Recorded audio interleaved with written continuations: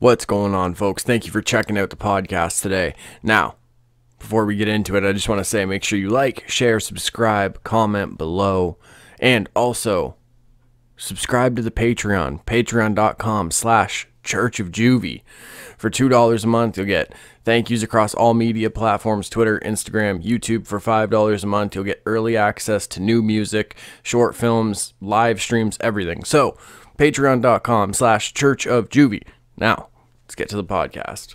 The preachers and the teachers take the same attitude towards their adult congregations that parents take to children, and lecture them and tell them what they should do.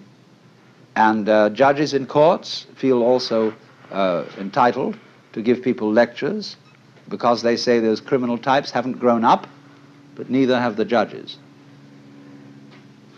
It takes two to make a quarrel. What's going on, folks? Fuck a Title Show. I am your host, as always, unless it's your first time, JuvyThaKid. First off, thank you for everyone who's checked out Mr. Crane. It's definitely been the biggest response of anything I've done on the channel so far. All the support leading up to it, everybody's messages asking when it's going to come out.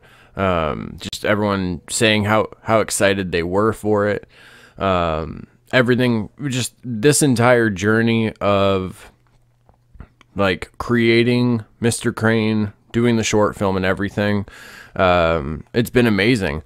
It's been exhausting as well. But it's, I don't know, you hooligans out there, it's just, you always make everything fucking great.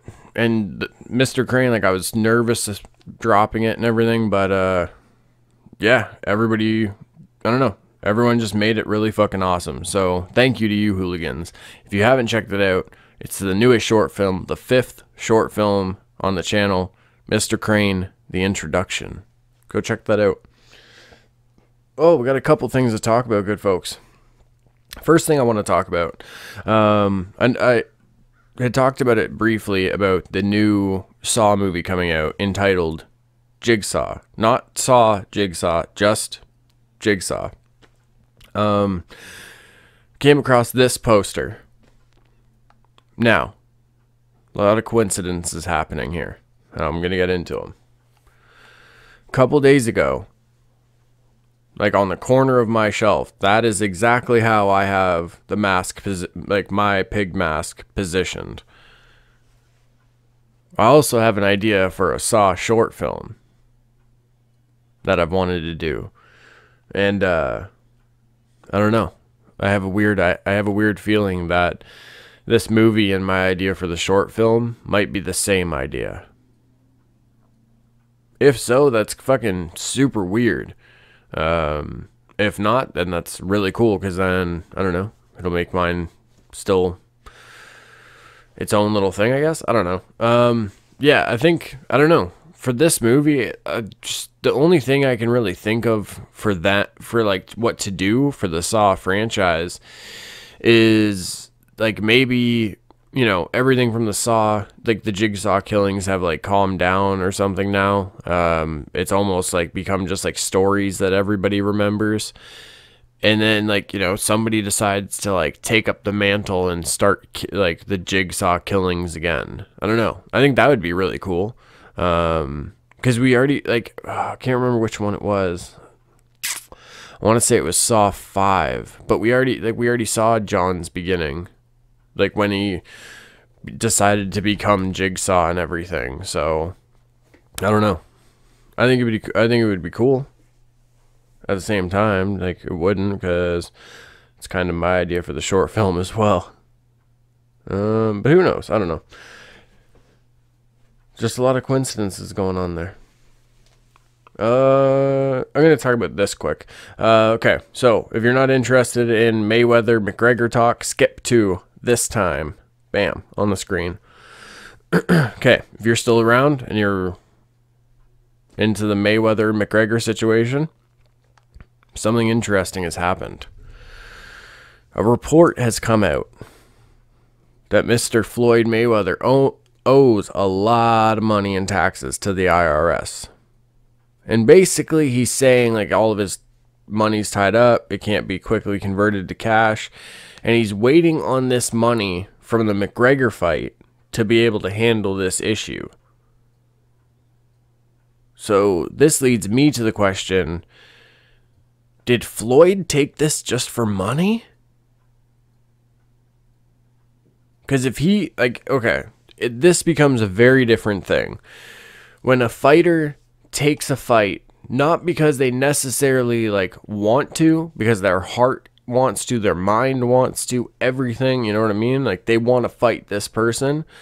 It's different when a fighter will take a fight because of that, and just when they're like, oh, I need money. Oh, hold on. Oh, Jesus. Anyway, so it's different. Like when a fighter says, like, you know, I'm gonna take this fight because I need to fight for, like, I need money now. You know, we saw that with Mike Tyson. He even said it after one of his losses. Like, you know, I really shouldn't have taken this fight. I kind of fighting because I need money now.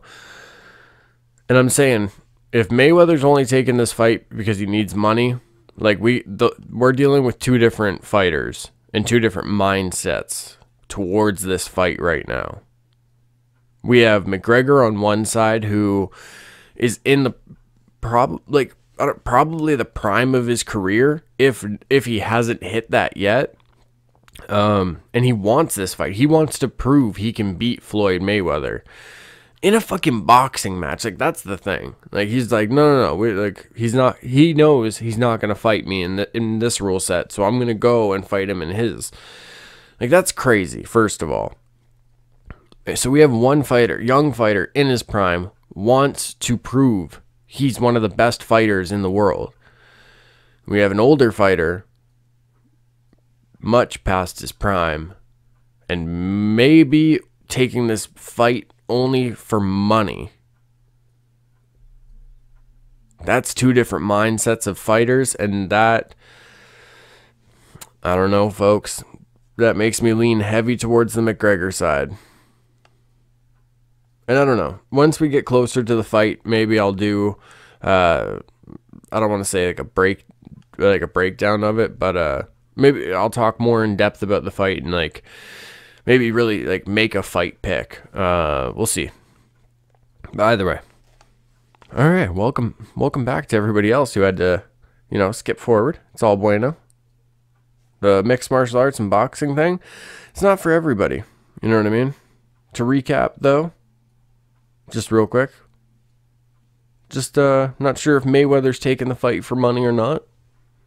And that leads to two different mindsets in fighters. So yeah, that's it. Okay, so me and little Jenny Wren were talking earlier today, and we started discussing kind of like the subjectivity of good and evil, like how it kind of differs.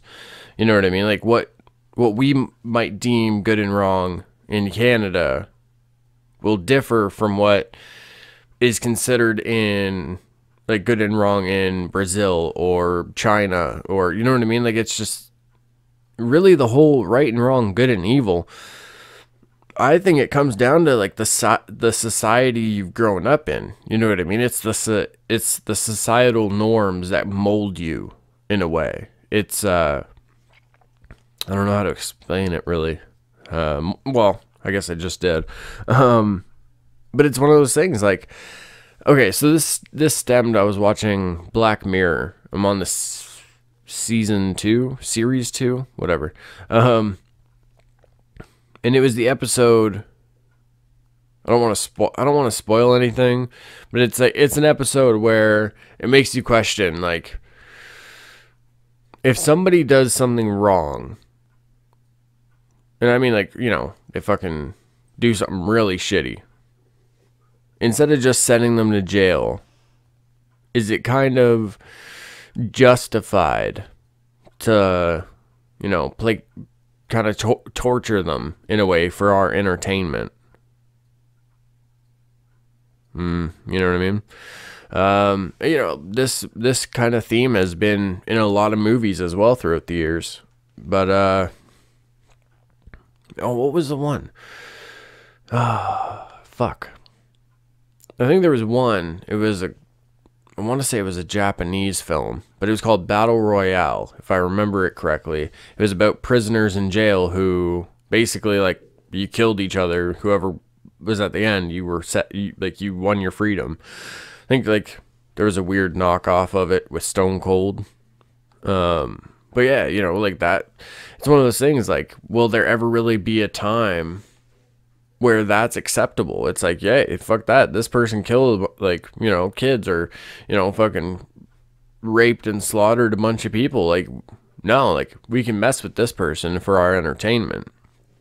And, you know, a lot of people will say no, like, that's not right. You know, we won't hit a time where that's acceptable, but that leads into the discussion of, you know, what's good and evil and what's right and wrong. Kind of, it comes down to the person, or the group of people, whatever have you. So it's, you know, it's a difficult discussion, because there are so many different, there are so many different instances where in our society, in Canada, or if you're in the States, in like Western cultures, we have a lot of things that are taboo or just straight up illegal. But then you go different parts of the world, and they have a different outlook and a different philosophy about certain things. So it's acceptable in that culture and in that area. So you know, really, how do you define good and evil when good and evil changes and differs depending on the person and depending on like the country or city you live in, or really sometimes it'll come down to the neighborhood you live in. I don't know, it's just a very interesting discussion to be had. I'd love to hear some of you hooligans. Love to hear your thoughts on all that. I don't know. Will there ever, I don't know, like, when it comes to good and evil, is there really any way to, like, define it? You know what I mean? I don't know. Comment below. Let me know your thoughts. Also, little Jenny Wren suggested, kind of like talking about where Mr. Crane falls in that whole good and evil spectrum.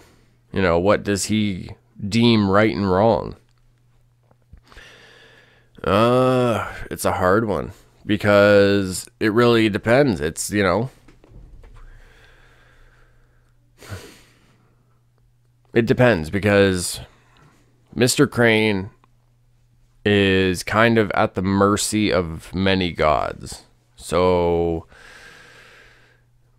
if it's kind of one of those things where, you know, if one god like kind of pushes him enough, or wants him to do something enough, they'll kind of like influence him to do that.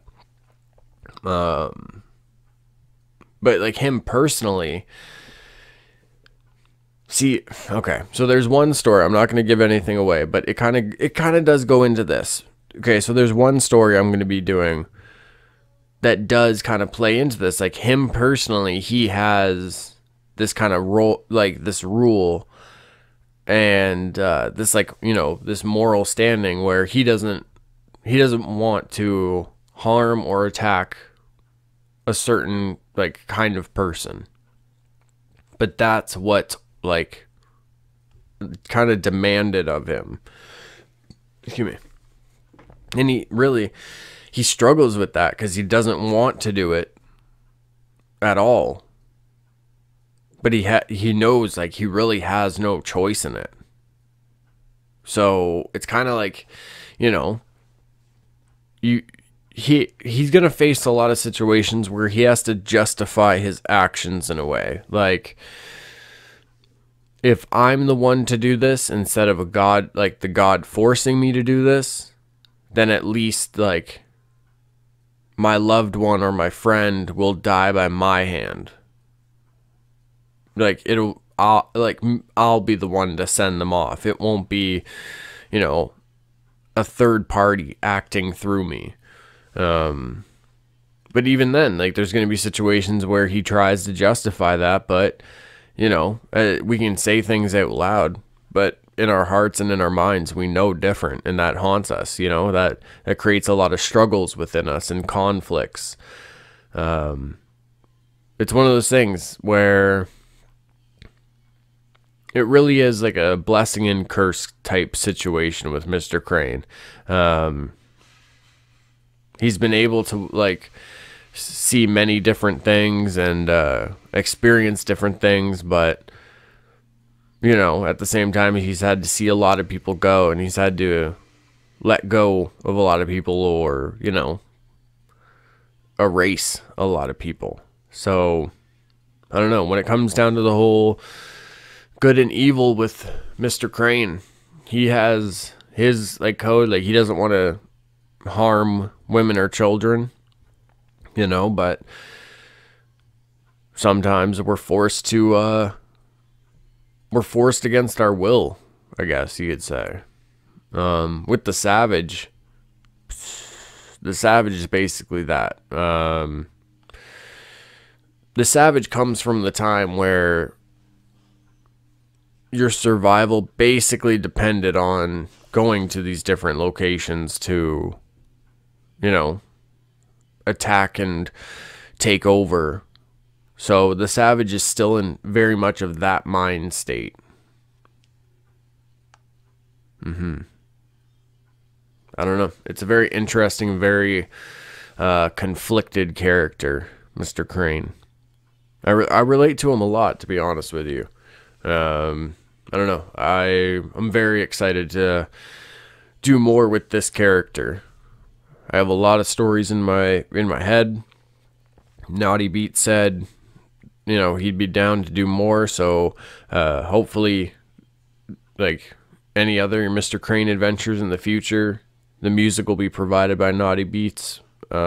He's the one, excuse me, just from seeing that little sneak peek that I did for Mr. Crane, he created, I believe it was 4 different instrumentals, 2 of them of which you hear in that, in the short film. I don't know, they just added something really, they added something that, like, I don't know, once I watched it again with, like, his music behind it, I don't know, that was it, you know what I mean? Like, I knew, okay, this is it, like, it's done. Anything else I do, I'm just gonna fucking muddy it up in a way. But yeah, either way, Mr. Crane is, I don't know, he has a sense of what, like, is right and wrong and what he doesn't want to do, but at the same time, he's also a very angry and conflicted man, and I don't know, it's one of those things, sometimes, you know, his justification may not be as sentimental or emotional as, you know, well, if I do it, at least, like, it's me who sends this person off. More so it's, you know, oh, this person just isn't serving a purpose. This person is just trying to pick fights with everybody, so I'm gonna fucking deal with them, kind of thing. I don't know. We'll see what happens. It's so exciting. Okay.